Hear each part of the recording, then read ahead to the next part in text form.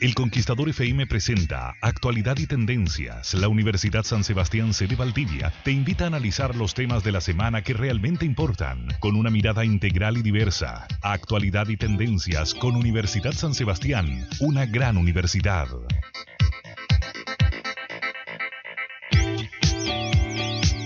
Buenos días, comunidad valdiviana. Nuevamente nos encontramos con el programa Actualidad y Tendencias. Habíamos estado un poco alejados, pero nuevamente la opinión de la comunidad hizo que nos juntáramos este día 5 de octubre. Me acompaña en este momento Francisco Mena. Hola profesora, muy buenos días a todos los auditores, para acompañar esta parte, esta mañana. De la primera semana de octubre. Primera semana de octubre. Bueno, y la verdad que se incorporará en el próximo programa Rosana Alday. Sí, exactamente. Está un poco tímida Rosana después de tantos tiempos sin escucharnos, pero se incorpora a la próxima sesión. Pero ella es parte estable del programa, así que va a estar en Actualidad de Tendencia de todas maneras. Además que ella es la que conduce, nosotros somos nosotros aquí sus acompañantes. Improvisando. Aquí se improvisa, podríamos decir hoy pero día. Tenemos un muy buen invitado, así como que siempre. usted lo va a presentar. Como siempre. Francisco, la primera semana de octubre ha sido una semana con muchas cosas para la región.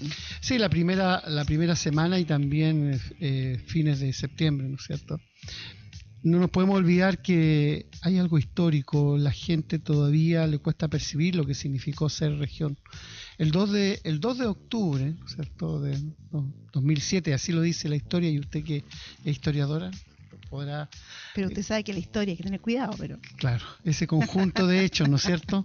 Por eso que a veces que dicen que la historia se construyen. O se deconstruye. Por ese conjunto de hechos. El 2 de octubre del año 2007 tuvimos una inmensa alegría, la gente de la región de los ríos, los valdivianos, en fin, toda la región, no solamente los valdivianos, de hacer justicia en algo histórico para nosotros de esa región.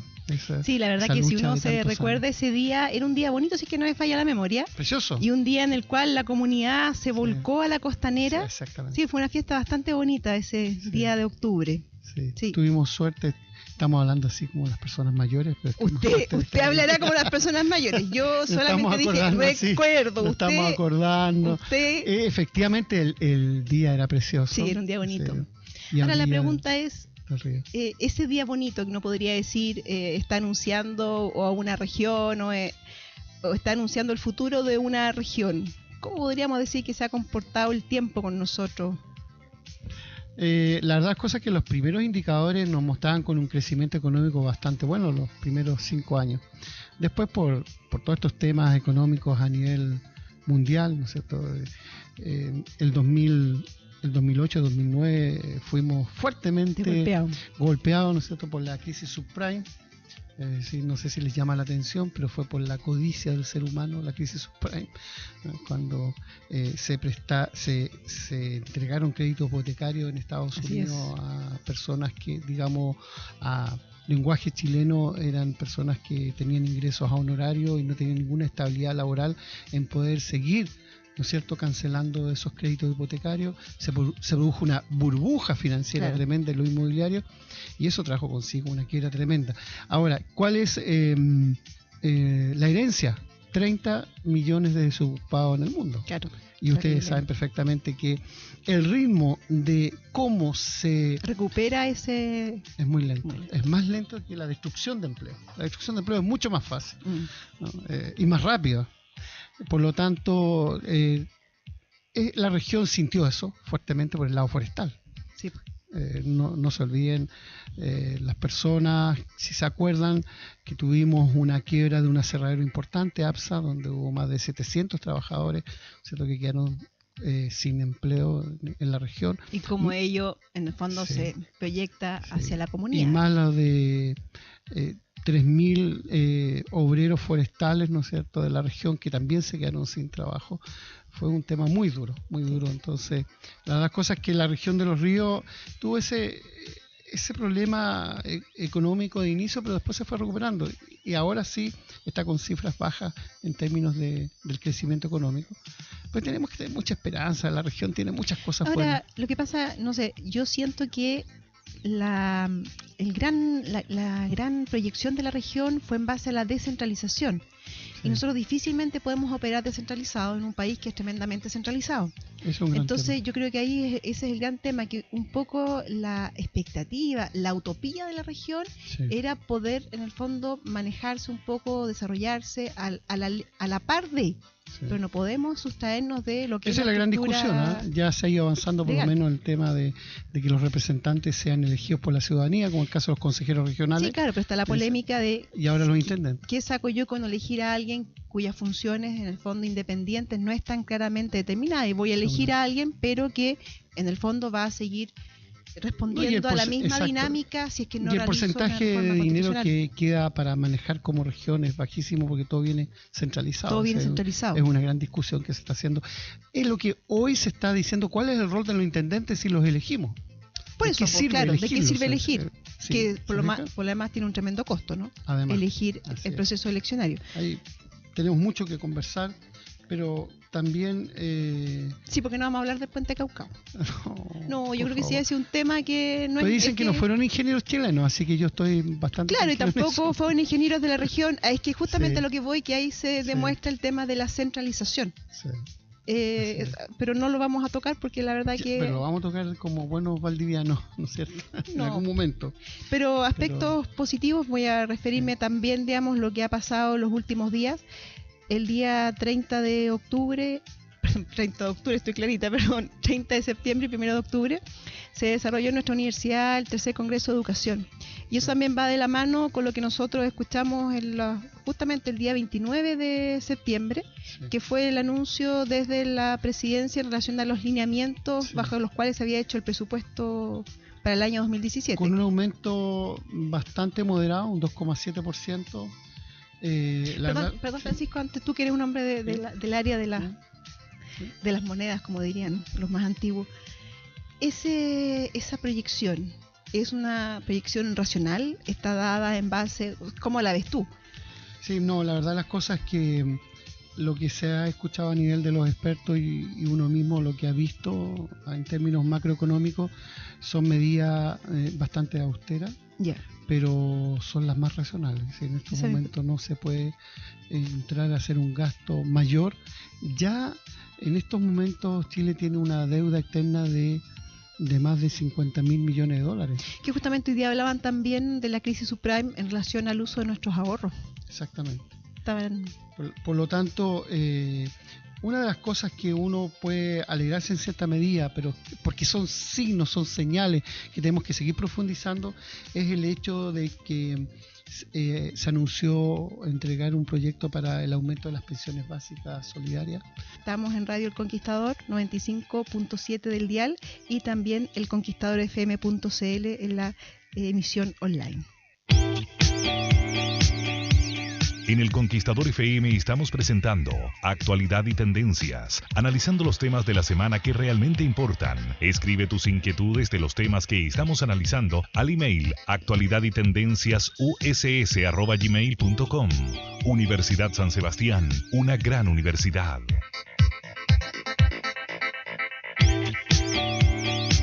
Yo interrumpí a Francisco puesto que le estaba dando los lineamientos de lo que era el presupuesto de la nación. No, solamente muy breve, decir que el 80% del desembolso de este presupuesto se va a destinar a educación, salud y seguridad ciudadana. Por lo tanto, ya que hay un monto importante a la educación, tenemos un invitado que usted va a presentar, que la verdad las cosas es que para nosotros es un lujo tenerlo acá. Absolutamente. Y estuvo con nosotros el año pasado. Exacto, y ha estado más de un programa.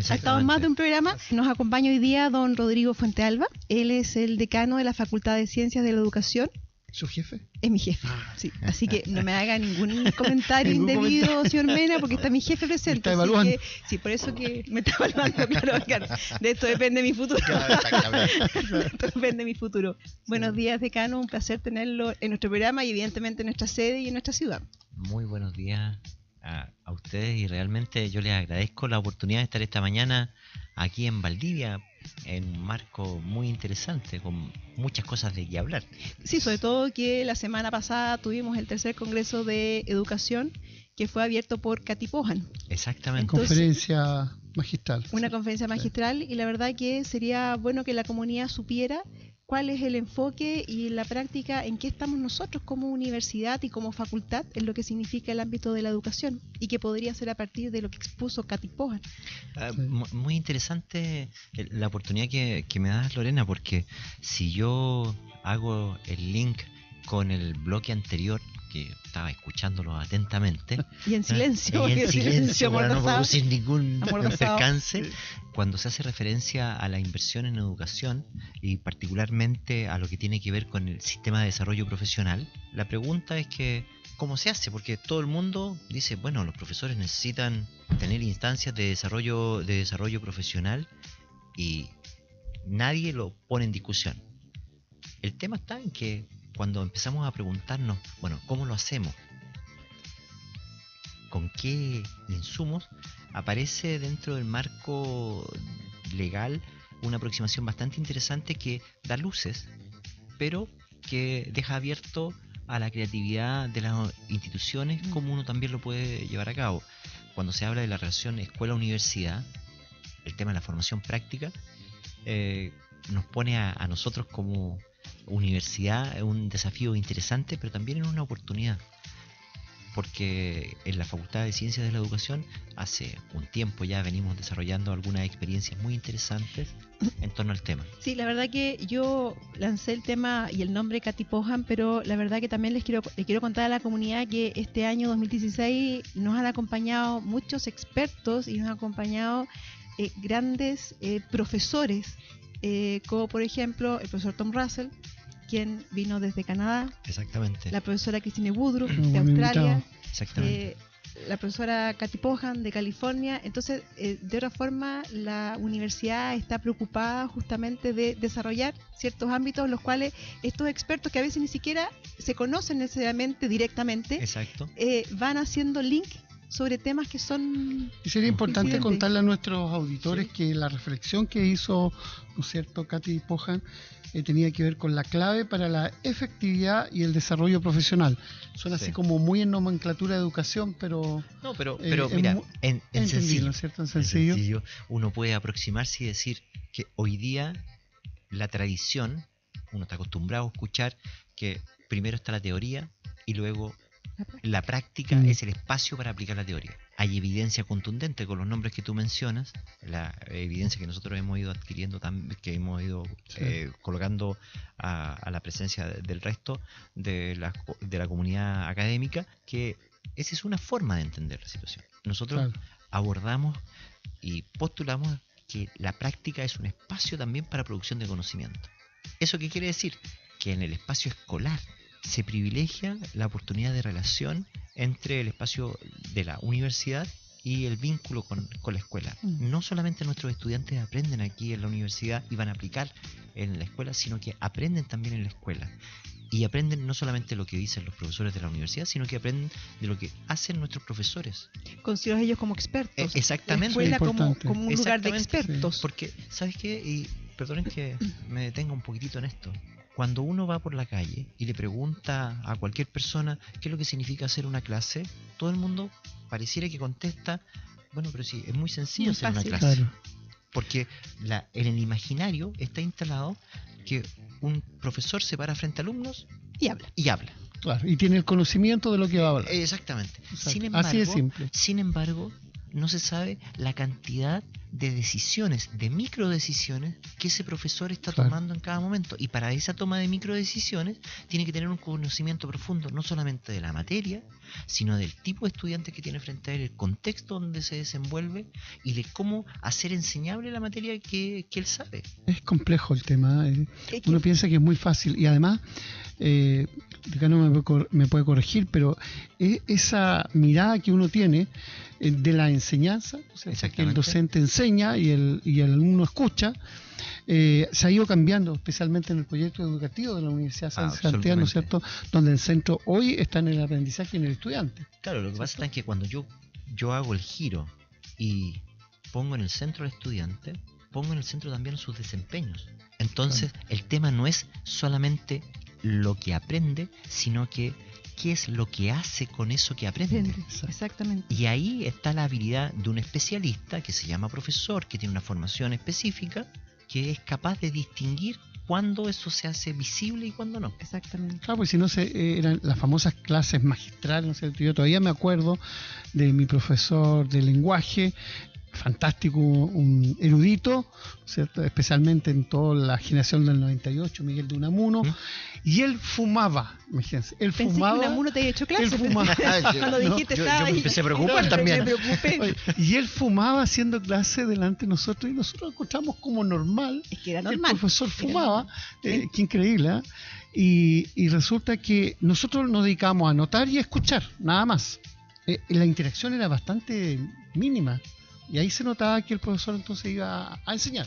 Claro, lo que pasa ahí es que uno podría decir técnicamente que el profesor era el activo. Exacto. Y el estudiante tiene un rol pasivo. Claro. Hoy día la discusión en el ámbito de las neurociencias y el conocimiento pedagógico y en torno al tema señala que la posibilidad real de producir aprendizaje se genera en instancias de donde los actores participan activamente. Sobre todo porque los estudiantes de hoy día, evidentemente también están en un contexto, y eso hace que la educación siempre tiene que ser situada. O sea, el proceso siempre tiene que ser situado.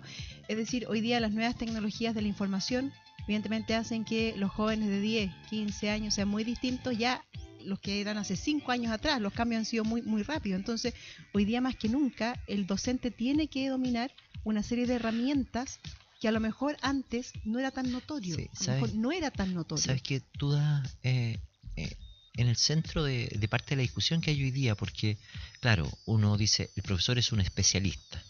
Claro. No cualquier especialista. Es un especialista que no solamente tiene que saber de la materia, sino que tiene que saber cómo aprenden las personas. Sí, pues. Pero también cómo se vincula con ese contexto en el cual se produce ese aprendizaje. Así es. Entonces, la complejidad es mucho mayor. Ahora, eso nos pone a todos los que estamos involucrados en el tema de la formación de profesores un desafío tremendo. Exactamente, porque nosotros mismos, como decía Francisco, su profesor no que hacía la clase magistral. Década del 70, 80 nomás, es decir, a la vuelta de la esquina hacia atrás. Estoy diciendo años, señor Mena, pero así. Efectivamente también uno enseña como aprende.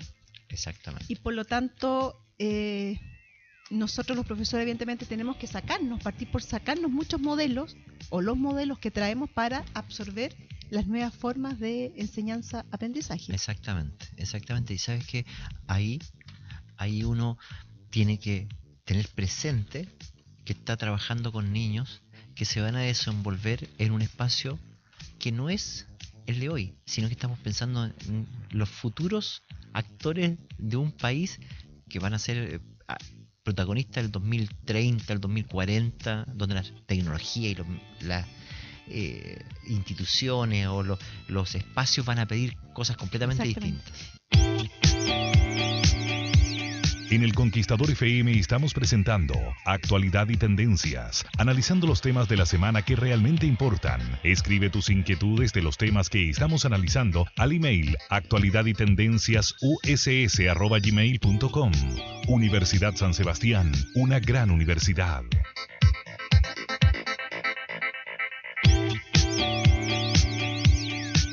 Cuando nos fuimos al segundo corte, la verdad que usted estaba hablando de algo que es sumamente relevante, y es cómo cuando nosotros ejercemos nuestro rol docente y formamos a las futuras generaciones, tenemos que proyectarnos que estamos formando hacia el futuro. Así es. O sea, no podemos perder de vista eso. Entonces, este sistema de desarrollo profesional abre la oportunidad también a que no solamente los profesores de esta universidad, sino que todos los profesores del país tengan la oportunidad también de mirar cuáles son las demandas que implica posicionarse en ese espacio. Uh-huh. Hay que tener mirada de futuro, porque de lo contrario estamos reproduciendo un modelo que sabemos que está agotado en muchos aspectos. Así es. Y siendo consecuente con lo que usted decía, decano, entre la teoría o la práctica, ¿no es cierto? ¿Usted tiene alguna experiencia que nos pueda contar en lo que hemos conversado en la práctica. Que digan, miren, ¿sabe? En tal parte ocurre esto, en fin. Mira, buena pregunta. Yo podría hacer referencia a varios ejemplos en las distintas sedes que la facultad está presente. Claro. Pero hay uno que nos tocó vivir, aunque no venía preparado, que nos tocó vivir el jueves 29 recién pasado. ¿Y dónde fue eso? Ya sé, ya lo ves. Fuimos a la Isla del Rey. Fuimos a la Isla del Rey. Paseo, no un paseo, un viaje hermoso, pero... ¿Cómo iba avanzando la Isla del Rey? No, pero, o sea, imagínense sí. lo que significa poder ver en una escuela rural, Así es. en la escuela de Carbonero, en la Isla del Rey, ver graficado esto que estamos hablando. Primero, llegamos, tenemos un proyecto fantástico de vinculación con el medio, que por favor, que bueno que se pueda difundir. Sí, no, es que es bellísimo el proyecto. Yo se lo agradezco, porque ¿qué es lo que el principio básico que hay ahí? Es un proyecto que a partir de la coelaboración, es decir, de una necesidad del medio escolar, una co-construcción, exactamente, sí. de una necesidad que tiene el programa de formación de pedagogía en educación física, particularmente de nuestra facultad, llegan a determinar una necesidad específica en la escuela de Carbonero. Es en la comuna de Corral, completa. O sea, en 5 escuelas de la comuna de Corral.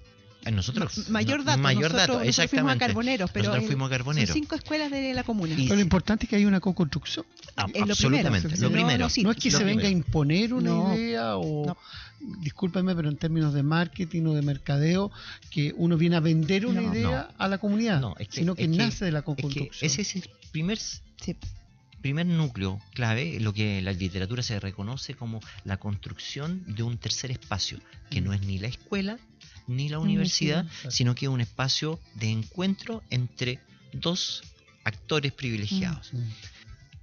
Se generan confianzas.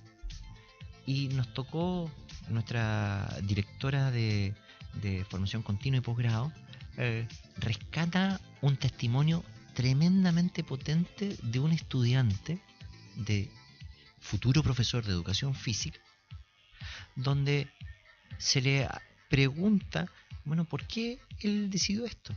Y nos da realmente una clase a todos los que estábamos ahí presentes de cuáles fueron las motivaciones que él tuvo para decidir ser profesor. Qué bien, ¿eh?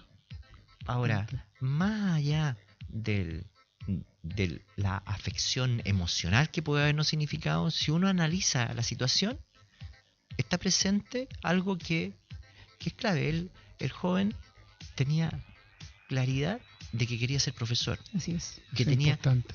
Primero, vocación. Segundo, vocación, creo, ¿no? Sí. Depende depende del tipo de literatura que usted haya leído. Porque, también es cierto. Es discutible. Es discutible lo de la vocación. Porque la vocación, dependiendo del marco de referencia que tú utilices, es algo que se tiene desde un inicio, pero también es algo que se puede ir construyendo. Se puede construir, es ambiental. Claro. Cultural. Claro, exactamente. Y que vinculado con tu experiencia, cuando algo te impactó, familias de profesores, y que te puede haber por impactado ejemplo. positiva o negativamente. Yo conozco familias de profesores. Claro, pero tú puedes haber tenido en tu vida un impacto negativo, algo que tú no quieres replicar, o sea, que no quieres que se mantenga y por tanto tú lo vas a cambiar. Exacto. Así como el impacto positivo de que alguien te afectó tan positivamente que tú quieres continuar haciendo lo mismo que él o que ellos. No, exacto. Bueno, y eso fue lo primero. Primero, quería ser profesor. Quería ser profesor. Fantástico. Lo segundo es que tenía claridad del impacto que quería provocar en los otros.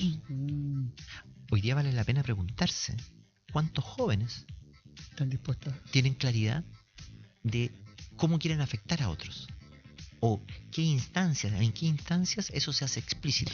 Perdón que interrumpa, y ahí entra justamente este tema de que un docente tiene que proyectarse hacia el futuro. Exacto. En la práctica yo tengo que tener ese plan de ruta. Exactamente. Si no lo tengo, no. Tú tienes que ayudar a otro a ver para dónde quiere llegar, pero para poder hacerlo, primero, el que forma tiene que tenerlo claro.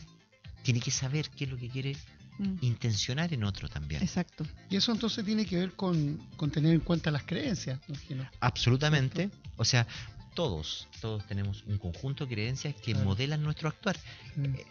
Yo hacía referencia en el bloque anterior cuando les graficaba que uno pregunta en la calle o les pide a cualquier persona que refiera a qué es lo que significa ser profesor, y es una persona parada enfrente de un grupo de estudiantes haciendo clases como en una sala exactamente igual, que no ha variado desde los la tiempos época de la victoriana, colonia aquí en Chile por lo menos. Con método de la época victoriana, con profesores del siglo XX y alumnos del siglo XXI. ¿Sí? Tal cual. Claro, un poco eso. Sí. Para hacer referencia a nuestro estudiante. Exactamente. Con ese testimonio, él no solamente afecta a los estudiantes, sino que también afecta a los profesores con los cuales trabaja. Porque efectivamente es muy emotivo y es muy estimulador escuchar testimonios como de esa naturaleza, exactamente. Sí. Nos marca. O sea, es una persona que es capaz de generar y dejar huellas. Porque ese sentido es lo que uno hace. Exacto. Y lo que uno ha hecho por mucho tiempo. Fantástico. Así es. Fantástico escucharlo usted, de verdad. Pero el tiempo corre y corre siempre nos juega una mala pasada. Así que, ¿qué va a ocurrir ahora, profesora? ¿Qué va a ocurrir ahora? Que yo la verdad quiero un poco rescatar este tema de la visita a Carbonero. Vamos a tener que invitar de nuevo porque al decano. Sí, definitivamente tenemos que invitar nuevamente al decano.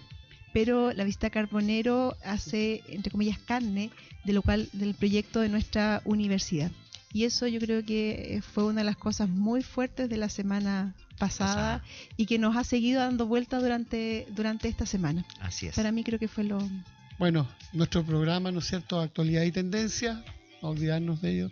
Vamos a entregar nuestro correo electrónico, como siempre los auditores nos escriben, nosotros les contestamos, obviamente. Recordad que nos pueden escuchar el día sábado, sí, 95.7.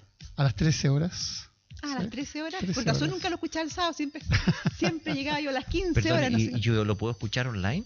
Usted lo puede escuchar bien, online, claro, decano, efectivamente, claro conquistadorfm.cl en la línea. Y efectivamente, quienes están fuera de la ciudad colocan Valdivia. Qué lindo es Valdivia, ¿no? Sí. Por eso que Valdivia es capital. ¿Quién cantaba eso, señor Mena? Lo puse en aprieto. Sí. Bueno, nos despedimos y la próxima semana lo voy a preguntar. Está de moda ese tema. Valdivia capital. Sí.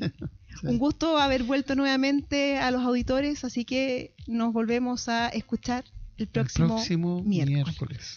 Muchas gracias. Un gusto, señor Mena. El Conquistador FM presentó Actualidad y Tendencias con Universidad San Sebastián. Las consultas y dudas a los temas analizados en este programa se pueden canalizar directamente en nuestra sede o escríbenos al email actualidadytendenciasuss@gmail.com. Universidad San Sebastián, una gran universidad.